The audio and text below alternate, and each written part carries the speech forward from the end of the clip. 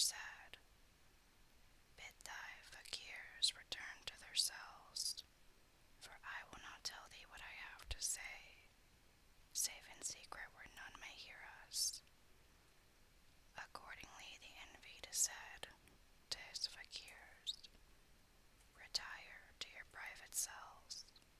When all had done as he bade them, he set out with his visitor and walked a little way until the twain reached the ruinous old well.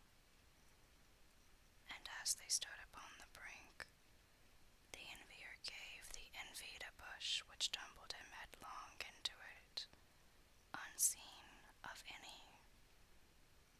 Whereupon he fared forth, and went his ways, thinking to have had slain him.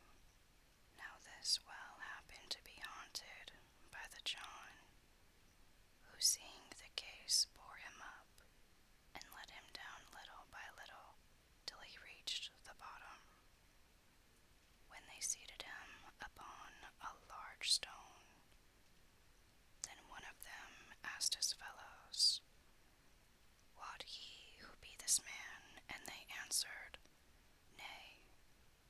"This man," continued the speaker, "is the Enviedite, who flying from the Envier came to dwell in our city, and here founded this holy house. And he hath edified us by his litanies and his lections of the Quran." But the Envier set out and journeyed till he rejoined him, and cunningly contrived to deceive him, and cast him into the well where we are now. But the fame of this good man hath this very night come to the Sultan of our city, who designeth to visit him on the morrow on account of his daughter. "What aileth his daughter?" asked one. And another answered, "She is possessed of a spirit, for Maimun, son of Damdam, is madly in love with her. But if this pious man knew the remedy, her cure would be as easy as could be." Hereupon one of them inquired, "And what is the medicine?" And he replied, "The black tomcat, which is with him in the oratory, hath, on the end of his tail, a white spot, the size of a dirham. Let him pluck 7 white hairs from the spot, then let him fumigate her therewith, and the Marid will flee from her and not return, so she shall be sane for the rest of her life." All this took place, O Ifrit, within earshot of the Envied, who listened readily. When dawn broke and morn arose in sheen and shone, the fakirs went to seek him and found him climbing up the wall of the well, whereby he was magnified in their eyes. Then, knowing that naught save the black tomcat could supply him with the remedy required, he plucked the 7 tail hairs from the white spot, and laid them by him.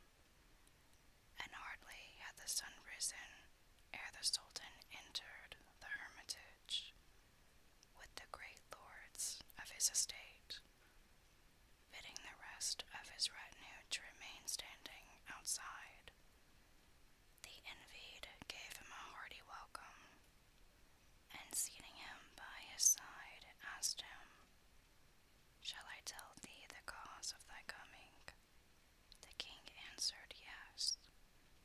He continued, "Thou hast come upon pretext of a visitation, but it is in thy heart to question me of thy daughter.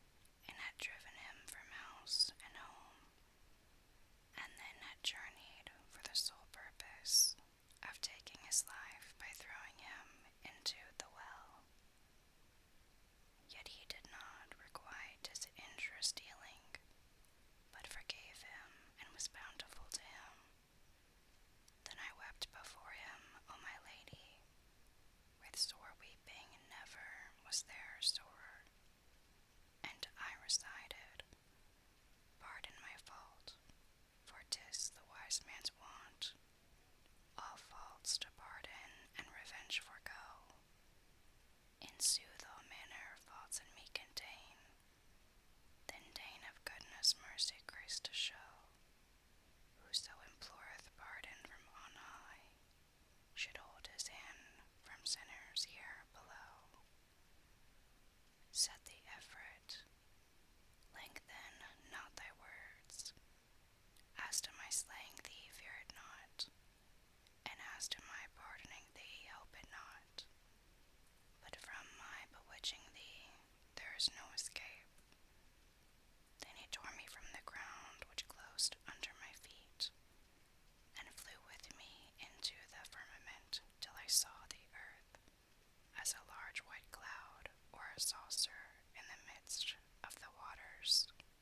Presently he set me down on a mountain, and taking a little dust, over which he muttered some magical words, sprinkled me therewith, saying, Quit that shape, and take thou the shape of an ape.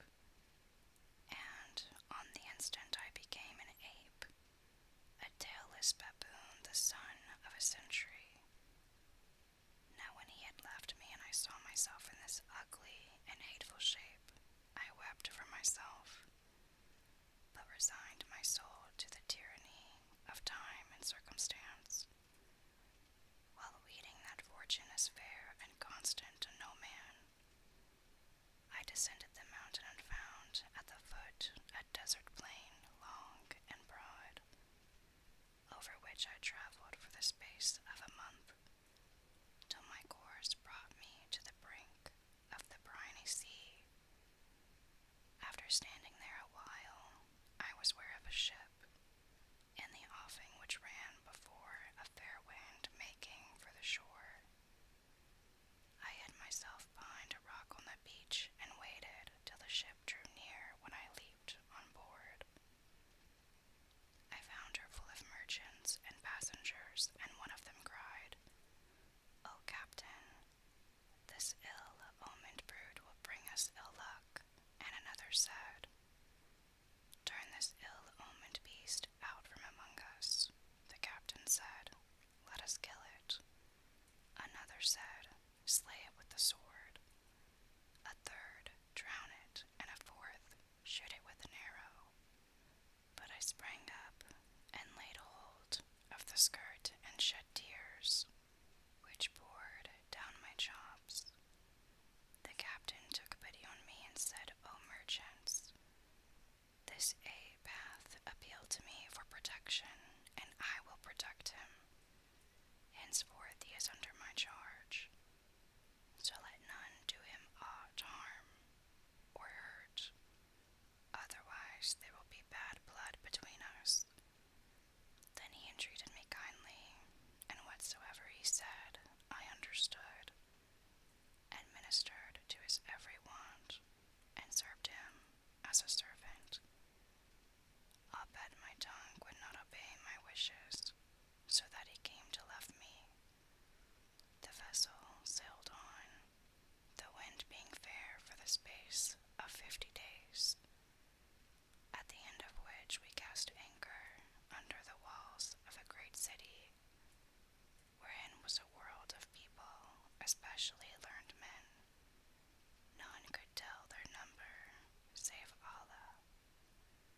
No sooner had we arrived than we were visited by certain officials from the king of that city, who after boarding us greeted the merchants, and giving them joy of safe arrival said, Our king welcometh you, and sendeth you this roll of paper, whereupon each and every of you must write a line.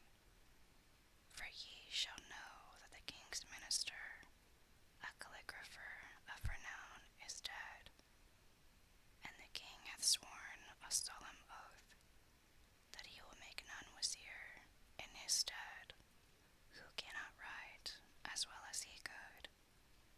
He then gave us the scroll, which measured 10 cubits long by a breadth of 1, and each of the merchants who knew how to write wrote a line thereon, even to the last of them.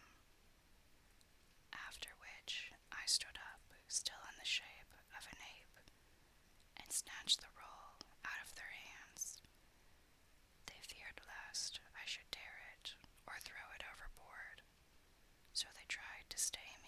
scare me, but I signed to them that I could write, whereat all marveled, saying, We never yet saw an ape write. And the captain cried, Let him write, and if he scribble and scrabble, we will kick him out and kill him. But if he write fair and scholarly, I will adopt him as my son.